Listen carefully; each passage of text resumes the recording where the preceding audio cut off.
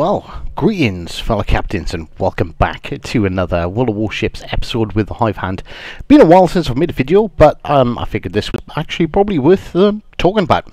So, I'm recording this live. This is my first reaction. I've not looked at any of this, so you're going to be learning about it with me. But Crafting Station has officially launched. If you have some spare resources of different types, visit the new Crafting Station during this update and combine them into various items, including the German Tier 7 cruiser Schill.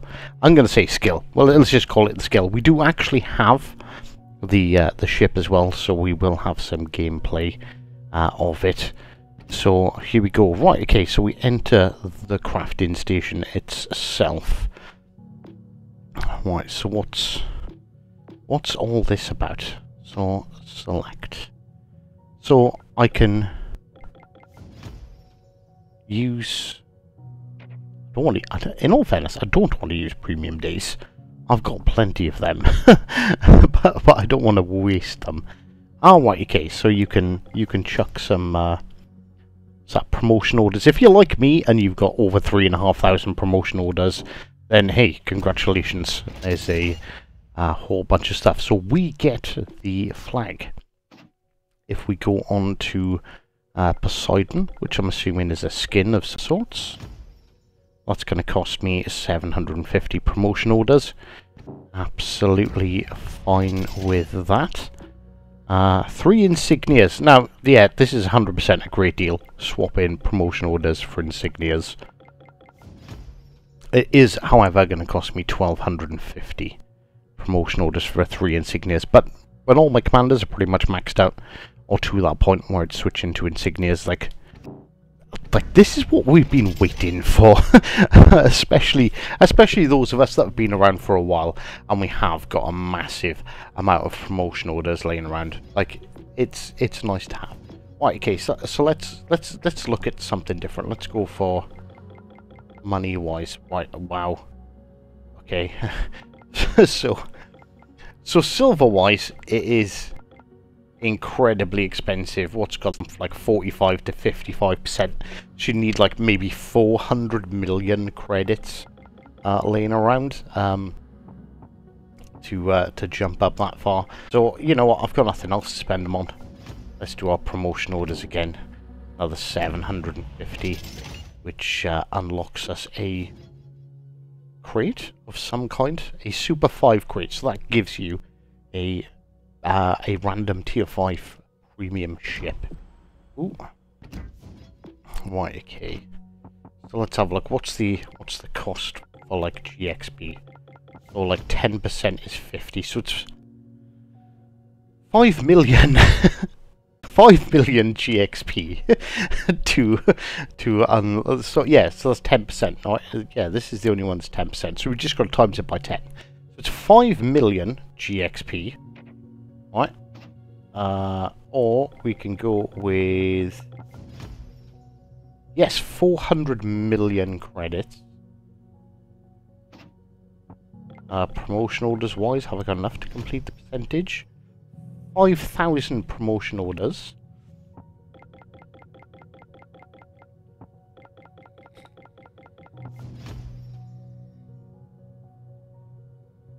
Or 3,000 days premium time to unlock the skills. Like, in all fairness, I'm just going to use these. I've got enough. I don't really need them. 600, which is what I have left, is still like 120 is way too much. But I'll keep 26. So what I've got to do, I've got to make this up with other stuff.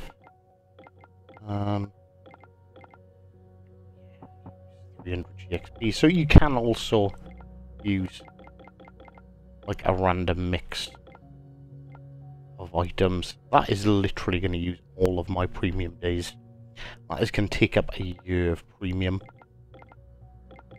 I don't want to use a year of premium. I don't really need credits for much.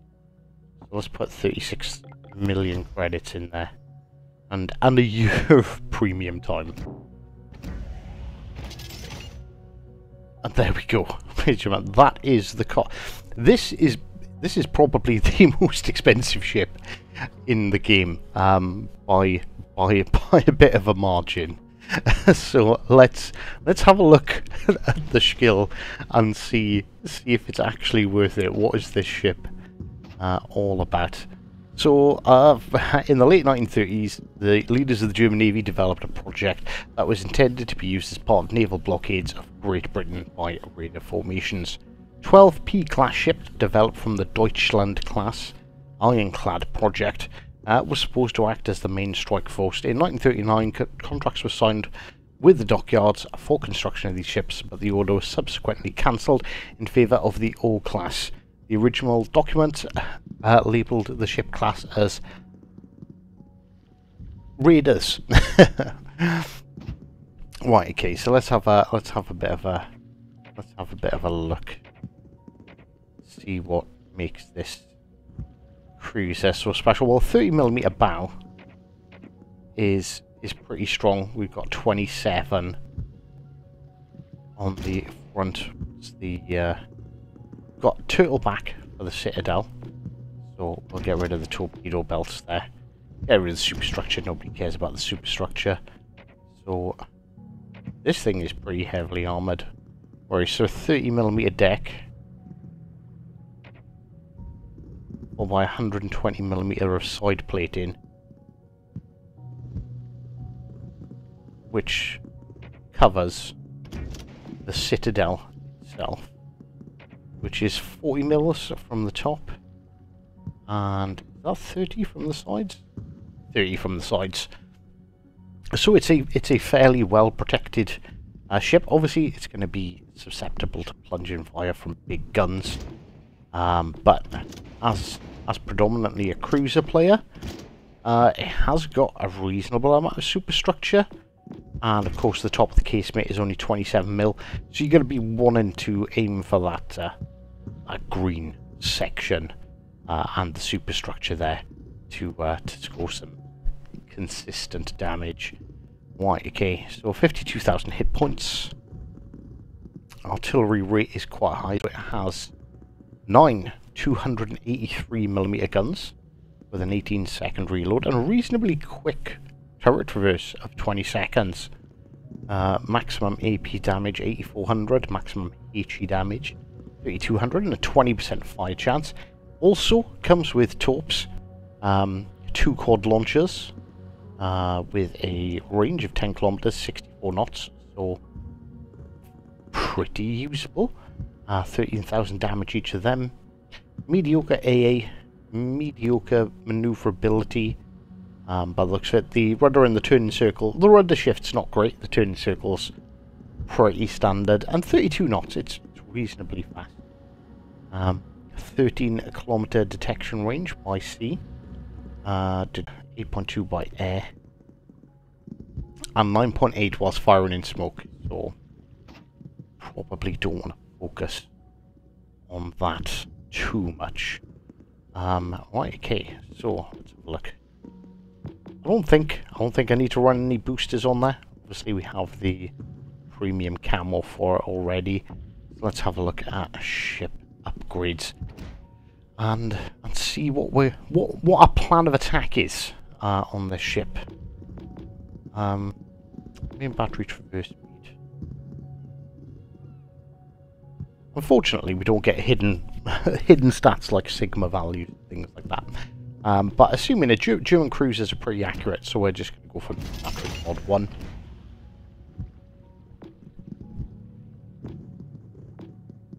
I think it's a large ship, so I think we're going to go for damage controls.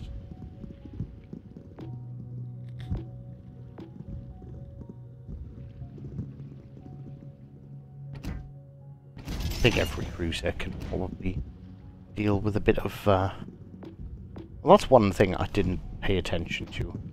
Let's just check. 1 second. In the artillery, what are the secondaries? 6 kilometers.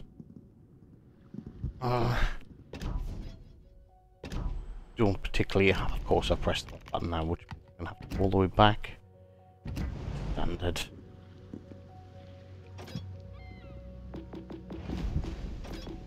Tier 7. Cruisers.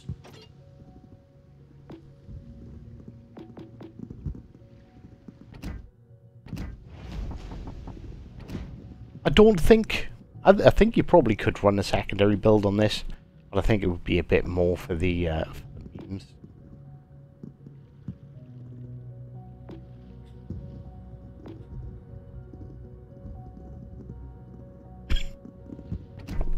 Let's go for reload time. It's got a fairly long reload. And improving that will give it significantly better. So we've got the reload down to 16.2 already before we've even assigned a commander. So, who shall we use?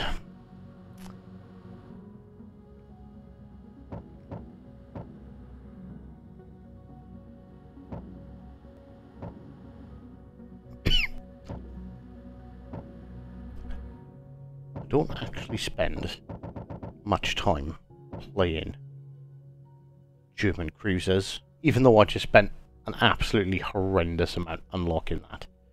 So what have we got here? Beyond range. What are we using here? Detect, detect. Beyond range. Ghost. Punch through. Fixated. Fully packed. And see, look, those insignias come in handy. No need for promotion orders here, here folks. Yeah, I think we'll try it. To be honest, at this point, I don't particularly care too much. Let's check to see how our artillery. So we've got 17.2 kilometer firing range with a 16.2 second reload time. We've done nothing to adjust the torps.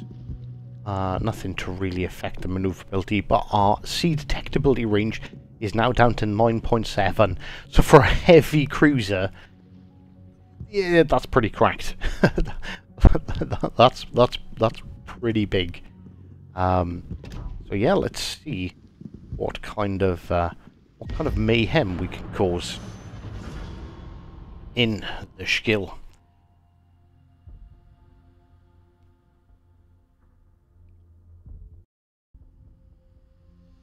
I kind of messed up a little bit here. I thought I'd try and cut that bit out and have a sneaky puff on my vape. But I forgot to unmute my mic. So we are switching back over to my PC mic to do the kind of preview. This is 100% is in review. I've played a game in this ship, and I don't really think you can judge a ship off a game. But for anyone wanting to wonder whether this ship is worth the price tag and looking to unlock it, I really wanted to get this out quick. I've done some maths in the background. So you need 3,000 days, or basically 10 years of premium time to buy this ship. So if you don't have an abundance of resources, if you're new to the game, this ship is about $1,000. I thought the Yoshino had the title, so basically, what the question is, the real question is this ship worth $1,000? No, not at all.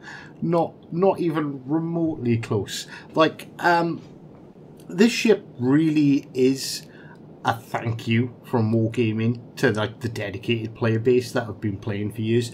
The people that have got 3, 4, 5, 6, 7,000 promotion orders just laying around, or if they've been unfortunate enough to get 10 years of free premium days out of crates and campaigns and stuff, which that I've seen some crazy amounts of days out there. I'm pretty sure about 12 years is the longest. But yeah, this is 100%.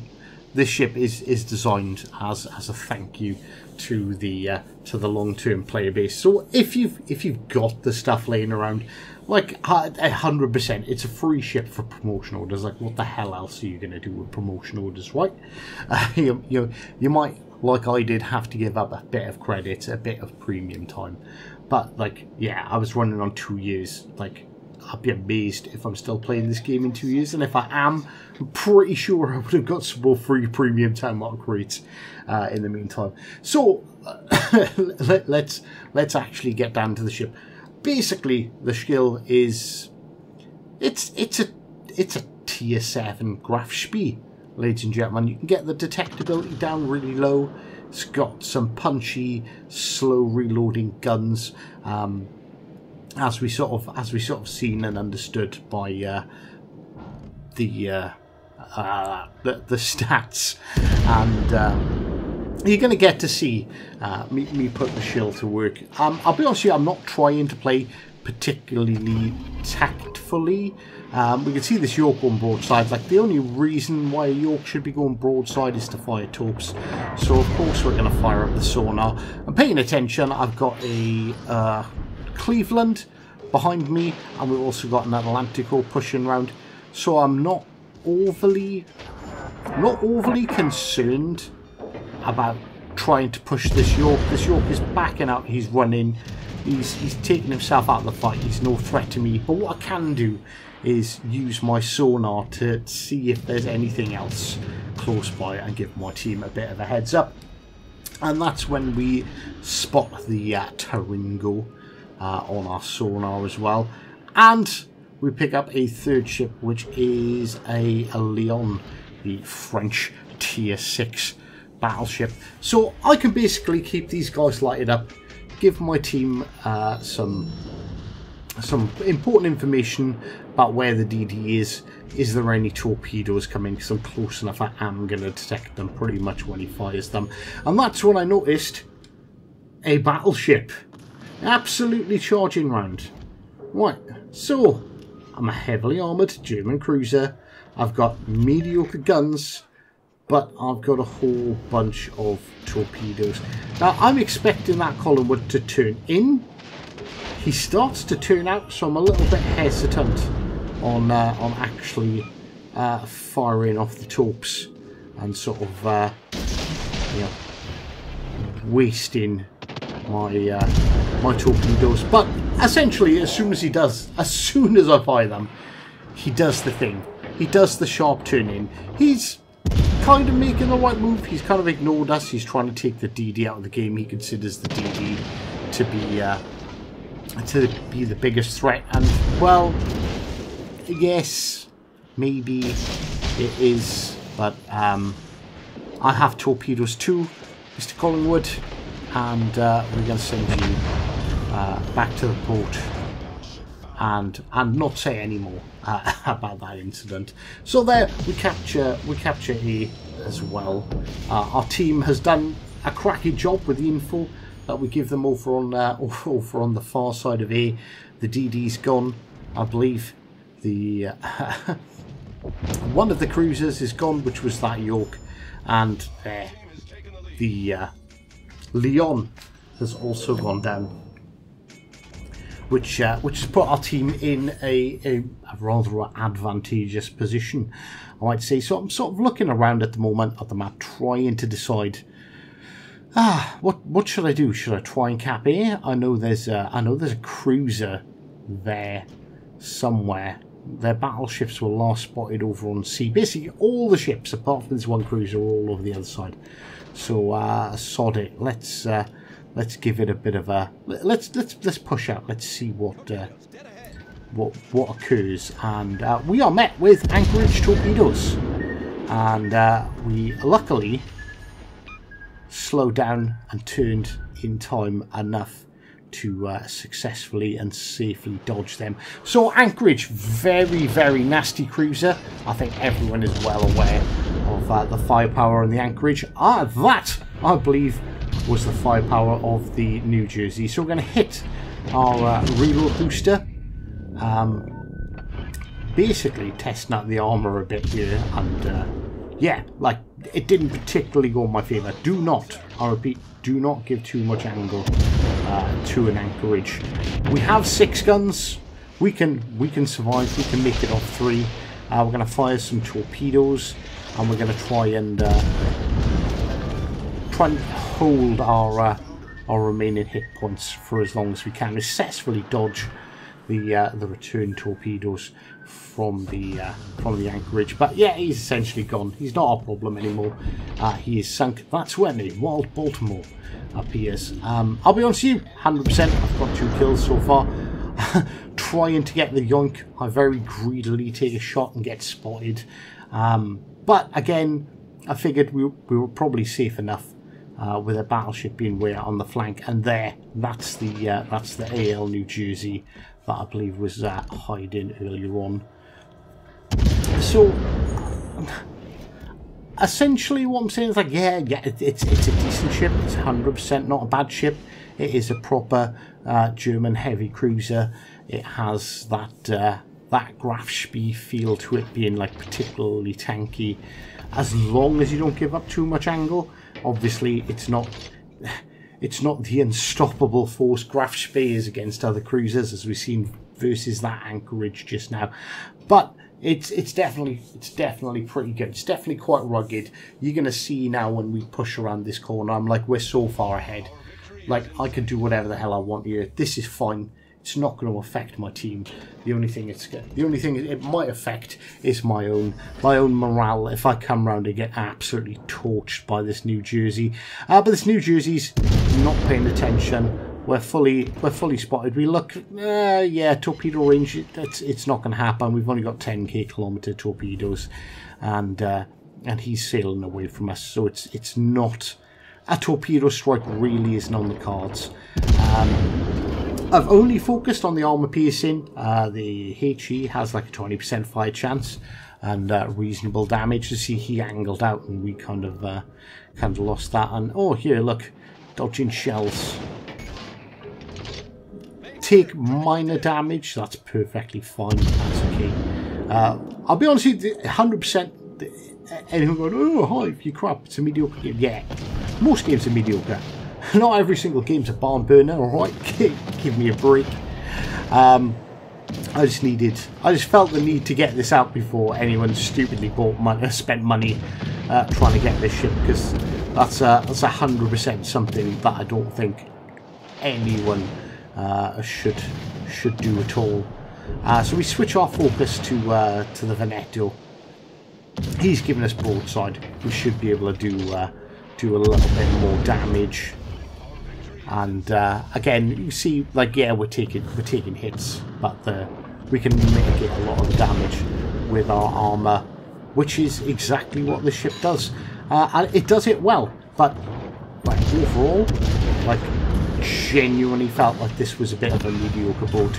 And there we go, we get our 3rd kill, and we take out the New Jersey. Veneto is, you know, very much focusing on us. You do have to take this into account as well, ladies and gentlemen. This is new ship day, and I am driving something shiny as my sonar picks up the torpedoes from the remaining Jaeger on the enemy team. And yeah, even though we're a big cruiser, we're still a cruiser. We're manoeuvrable enough that really doesn't cause us any significant damage. You can see there again, like, you know, showing that bit of angle. Easily ricocheting the Veneto's shells, and like Potato, he's just sitting there broadside. He's just absolutely 100% giving it away. Unfortunately, or fortunately, it doesn't really matter. Our team does actually pick up the kill on the Veneto. There's the Veneto. He's gone. Jaeger is spotted. We fire our shots as he explodes from the friendly Belfast, and that's all she wrote. So thank you very much for stopping by. Do hope you enjoyed. And of course, until next time, take care.